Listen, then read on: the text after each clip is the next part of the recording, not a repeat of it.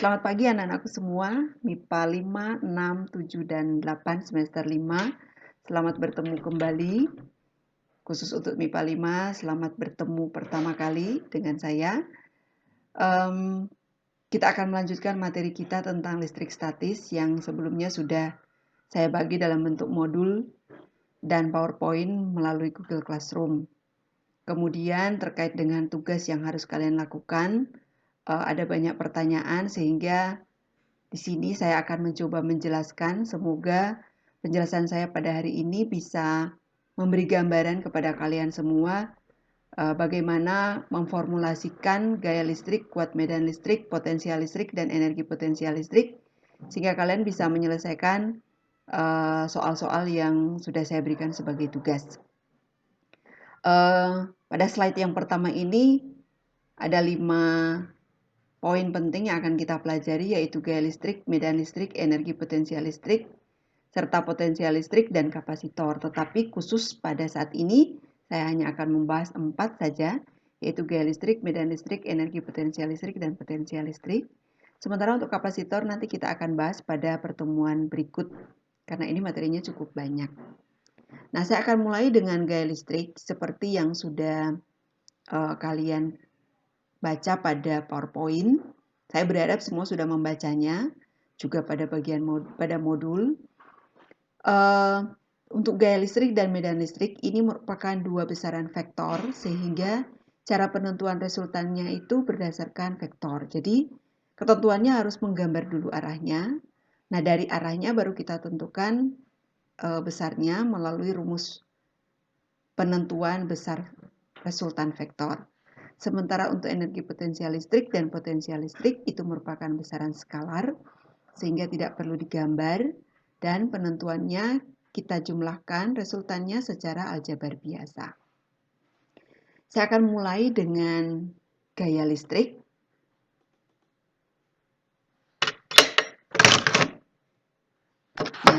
Nah, hal ini sudah dibahas pada PowerPoint sebelumnya, bagaimana gaya listrik itu ditunjukkan melalui percobaan sederhana. Di sini sisir dan kertas ini terjadi tarik-menarik, sehingga bisa kita simpulkan bahwa muatan pada sisir dan pada kertas ini berbeda.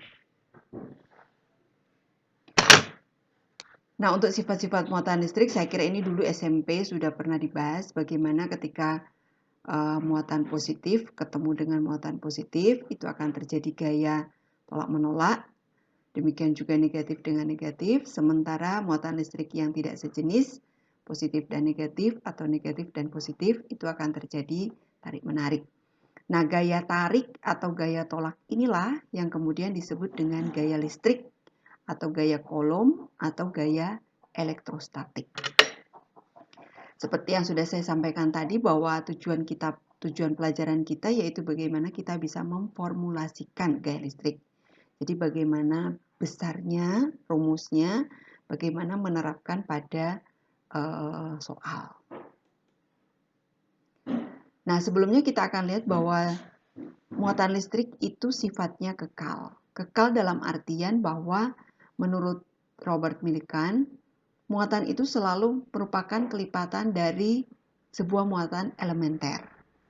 Jadi ketika satu muatan elementer itu setara dengan 1,6 kali 10 pangkat min 19 kolom, maka jumlah muatan itu Q itu sama dengan banyaknya muatan dikali dengan muatan satu elementer. Jadi N itu adalah banyaknya muatan, sementara E itu adalah satu muatan elementer yang besarnya 1,6 kali 10 pangkat minus 19 kolom.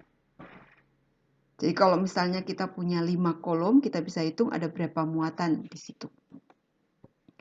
Nah, formulasi gaya listrik menurut hukum Coulomb bahwa besarnya gaya tarik atau gaya tolak antara dua muatan listrik itu sebanding dengan muatan-muatannya dan berbanding terbalik dengan kuadrat jarak antara kedua muatan. Jadi kalau ditulis dalam bentuk persamaan matematis, F sama dengan K kali dengan Q1 kali dengan Q2 per R kuadrat. Pada hukum Coulomb di situ dinyatakan bahwa sebanding dengan Q1 dan Q2 dan berbanding terbalik dengan R kuadrat. Nah, supaya menjadi sama, maka di sini ada konstanta yang ditambahkan sehingga komplitnya persamaannya menjadi F sama dengan K Q1 Q2 per R kuadrat. Nah, cara menggambarkan arah gaya listrik pada dua muatan di sini bisa kita lihat. Kalau muatannya positif, maka gayanya bertolak belakang atau tolak menolak.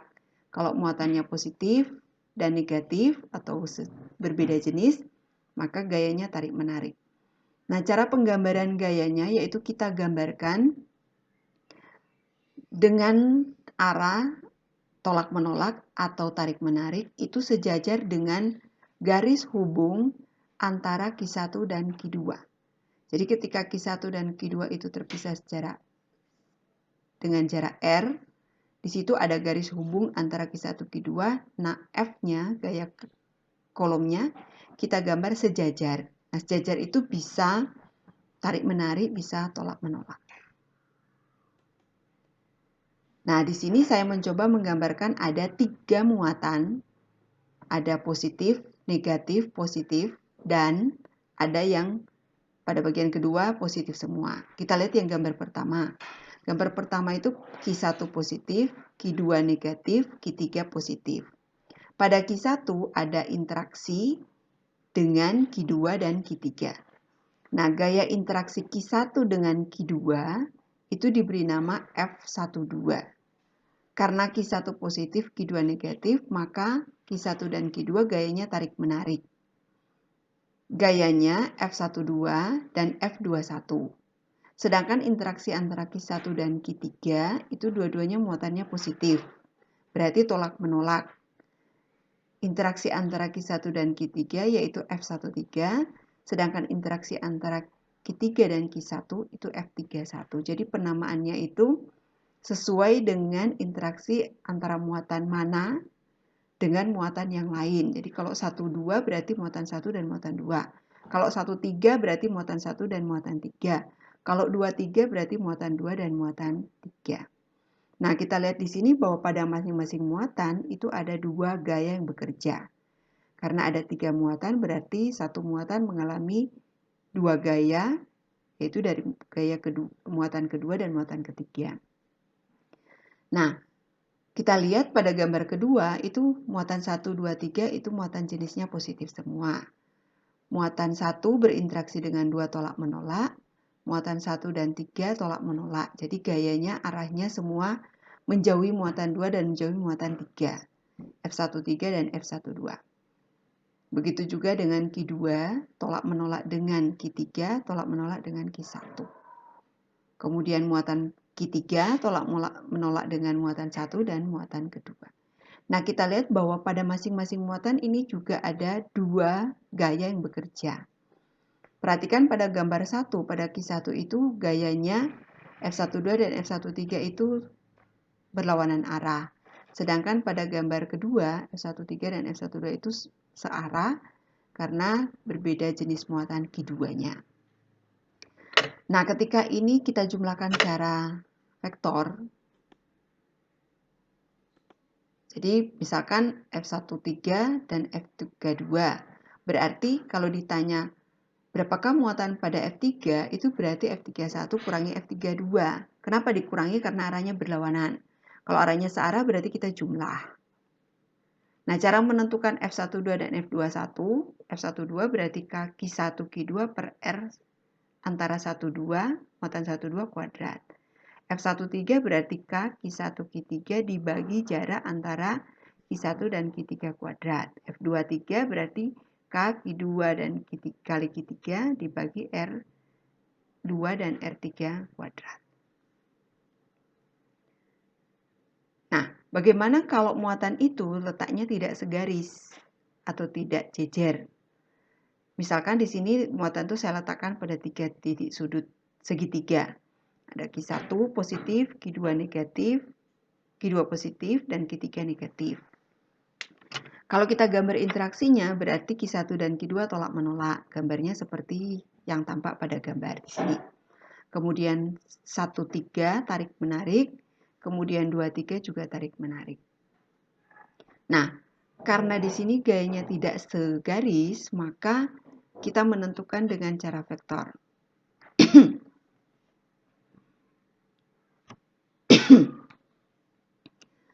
Di sini, misalkan ditanya muatan pada Q1.